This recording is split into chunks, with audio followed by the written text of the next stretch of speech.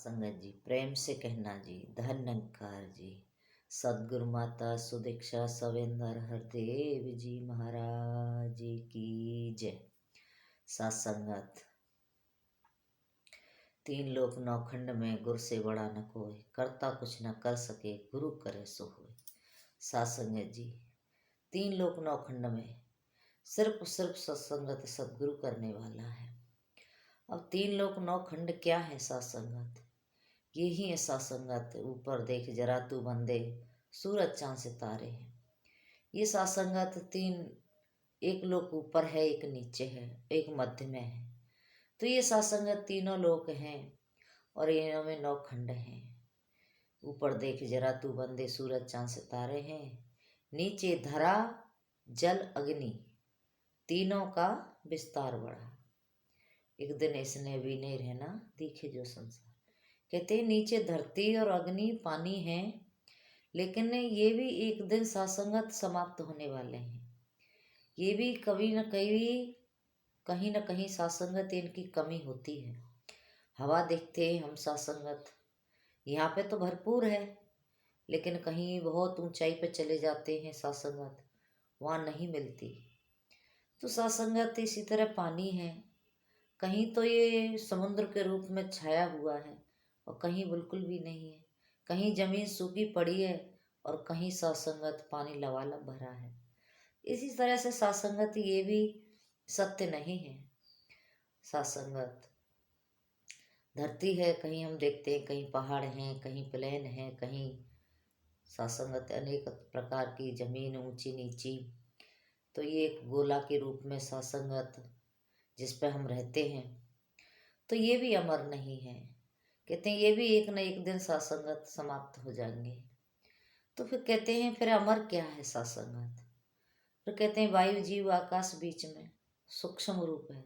इन तीनों का सूक्ष्म रूप है ये सत्संगत। जीव जैसे हम यहाँ बैठे हैं और जरा सी देर में पता नहीं कहाँ पहुँच जाता है, इसको मन भी कहते हैं, जीव भी कहते हैं, लेकिन किसी को नजर नहीं आता। सूक्ष्म रूप है उसका। शरीर से आत्मा निकल जाती है तो विलीन सत्संगत पता नहीं कहाँ चली जाती है, किसी को नजर नहीं आती, सूक्ष्म रूप है। इसी तरह हवा है, हवा सत्संगत सूक्ष्म रूप है। इसको हम महसूस कर सकते हैं, लेकिन न देख सकते हैं न पकड़ सकते हैं। हमने पंखा चलाया, हवा आई, महसूस हुई, हवा आ रही है। तो इसी तरह सत्संगत इनका रूप है। आकाश है, हम जितना बोलते हैं, जहाँ तक आकाशवाणी, जहाँ तक आवाज़ जाती है वहाँ तक होती है। ये सत्संगत ये भी अमर नहीं है। इसीलिए कहते हैं फिर अमर क्या है? सत्संगत कहते हैं ये नौ चीज़ें दृष्टमान हैं, जिनको कहते मिथ्या है। ये सब कुछ भी मिट जाएगा, बाकी कुछ नहीं रहना यार। कहे अवतार यही सब कुछ है, इसको ही कहते ना। कहते हैं इस प्रभु परमात्मा को निराकार कहते हैं और ये अजर है, ये अमर है, अविनाशी है। ये सारे संसार में विराजमान है। सत्संगत हम चांद पे भी चले जाएंगे, वहाँ पे भी है, वहाँ पे भी इसका रूप सत्संगत देखने को मिलता है। हम कहीं भी चले जाएं सत्संगत जी, हम पाताल से नीचे भी कहते हैं, पातालों से नीचे इसकी सिकदारी है। कहते हैं पातालों से भी नीचे इसकी सिकदारी चलती है, इसका सत्संगत हुक्म चलता है इस परमात्मा का। ये सत्संगत सारे संसार में समाया हुआ। हमने सत्संगत इसकी भक्ति करनी है जो एक है, शाश्वत है, सत्य है और सब जगह है, मौजूद है। कोई ऐसी जगह नहीं है जहाँ ये परमात्मा नहीं है। तो हमने ऐसे परमात्मा की भक्ति करनी है जो कि साथ सत्संगत हम जहाँ भी रहें ये वहाँ हमारे साथ रहे। तो सत्संगत ये एक तो हमारे साथ आत्मा के रूप में भी रहता है, श्वास श्वास के रूप में भी रहता है, और ये निरंकार इस अपने विशाल रूप के भी सत्संगत हमारे साथ रहता है। ये विशाल रूप इस परमात्मा का सत्संगत। एक आत्मा ऐसे छोटा सा जीव है, जैसे कहते हैं राई का 10वां हिस्सा सत्संगत इस आत्मा का रूप है। और लेकिन ये हर किसी में बसी हुई है।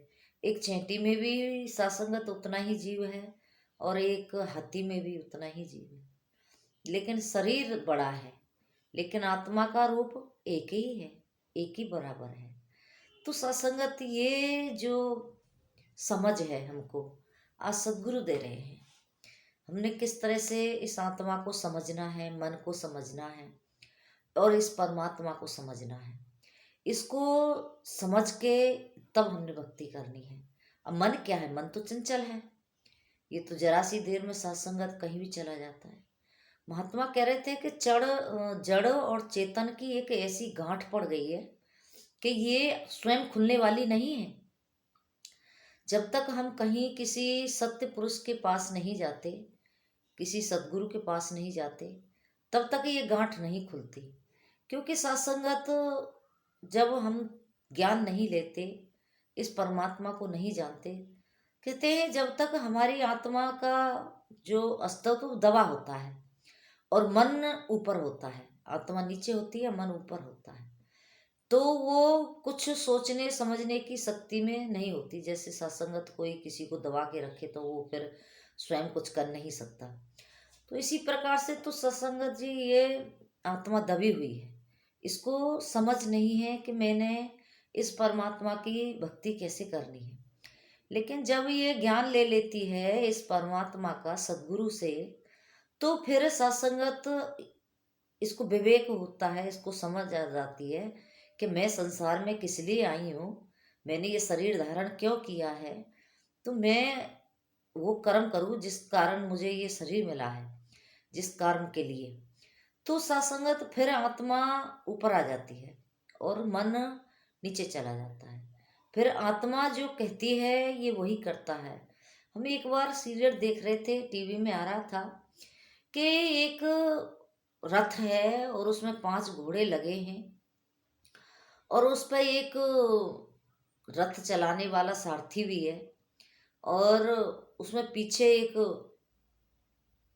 व्यक्ति बैठा है। तो बड़ा सुंदर रथ है और वो जो सारथी है उसको चला रहा है और रथ चलता जा रहा है। अब जैसे जैसे वो चलता है तो देखता है कहीं बड़े सुंदर नाच गाने डांस हो रहा होता है। तो सारथी बड़ा खुश होता है। सारथी देखता है यहाँ तो बड़ा सुंदर डांस हो रहा है, मुझे देखने जाना चाहिए। तो वो घोड़े को, रथ को मोड़ने की कोशिश उधर करता है डांस की तरफ। तो आत्मा जो बैठी होती है एक व्यक्ति के रूप में, वो चेतन है, उसको समझ है। तो फिर वो उस मन रूपी सारथी को रोकती है कि नहीं, इधर नहीं जाना है। तो जब वो उधर से रोकती है तो वो सारथी बड़ा बुरा सा मुंह बनाता है, कहता है कि कमाल है, इधर भी नहीं जाने देते, सीधे ही ले जाने की कोशिश करते हैं, कहते सीधे चल।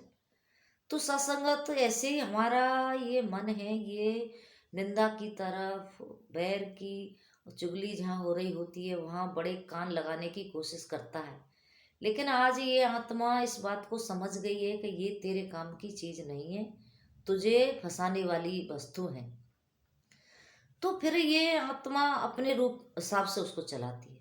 वो फिर आगे, फिर घोड़ा बढ़ता है, फिर रथ आगे चलता है तो आगे फिर देखता है कहीं बड़ा सुंदर एक महल सजा हुआ है, उसमें बड़े पकवान और बड़ा खाने पीने का खुशबू आ रही है।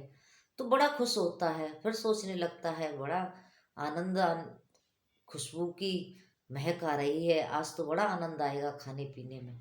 तो वो मन को फिर उस रथ को उधर मोड़ने की कोशिश करता है। तो पीछे वो जो व्यक्ति रुका बैठा होता है वो फिर मना करता है, नहीं उधर नहीं जाना है, वो हमारे काम की चीज़ नहीं है। तो सत्संगत वो फिर से बहुत बुरा मुंह बनाता है, कहता है कमाल है, खाने पीने भी नहीं देते। तो सत्संगत ये आत्मा जब वो जाग जाती है, इसका विवेक जब जाग जाता है, तो ये फिर इस मन को कहीं जाने नहीं देती, ये मन को कहीं भी किधर भी मुड़ने नहीं देती। कहीं भी सत्संगत इसको लालच में, कहीं इसको भ्रमों में, कहीं इसको किसी निंदा में पड़ने नहीं देती।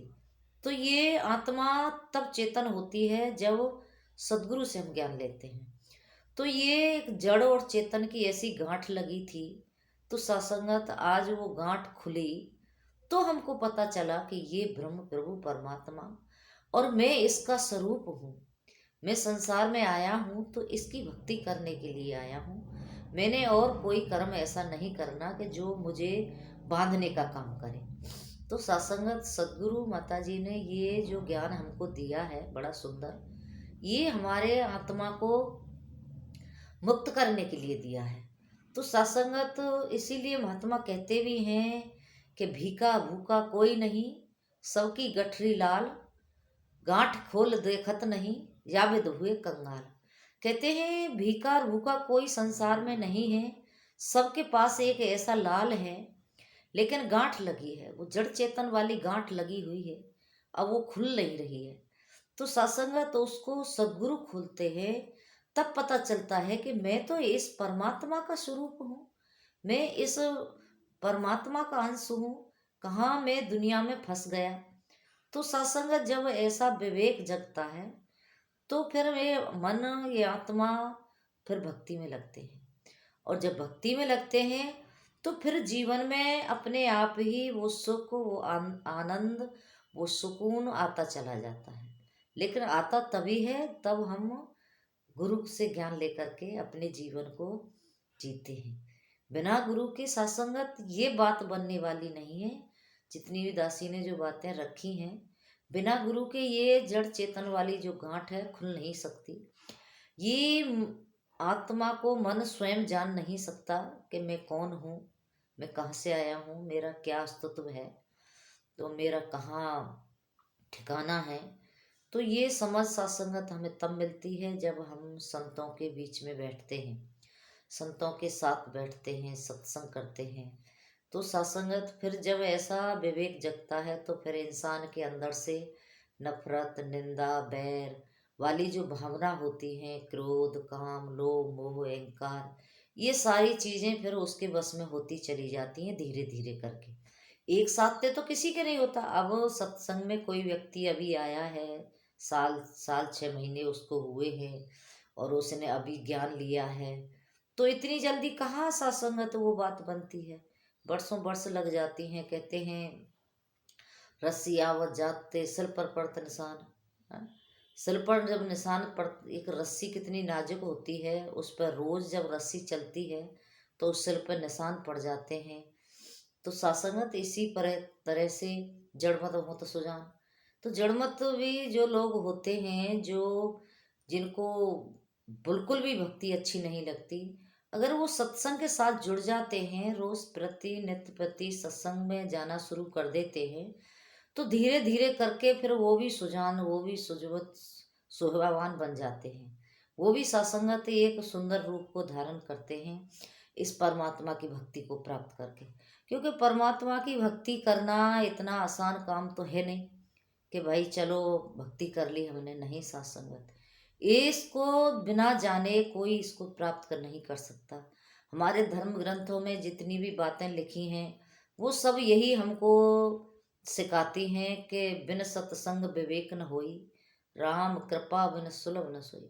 कहते बिना सत्संग के हमको विवेक हो नहीं सकता, और बिना राम की कृपा से ये कर्म सुलभ नहीं हो सकता। जब राम की कृपा होती है तब हमारे ऊपर सत्संगत ऐसे सदगुरु की, सद राम कहते हैं सदगुरु को, जब सदगुरु की कृपा होती है तब हमारी ऐसी बात बनती है। तो आओ सत्संगत हमने अपने जीवन को गुरु के चरणों में लगा के सुखी में बनाना है, इस गांठ को खुलवाना है जो हमारे एक मन और आत्मा के बीच में जो एक जड़ चेतन वाली गांठ लगी है, और इस गांठ को सिर्फ और सिर्फ सदगुरु ही खुलते हैं।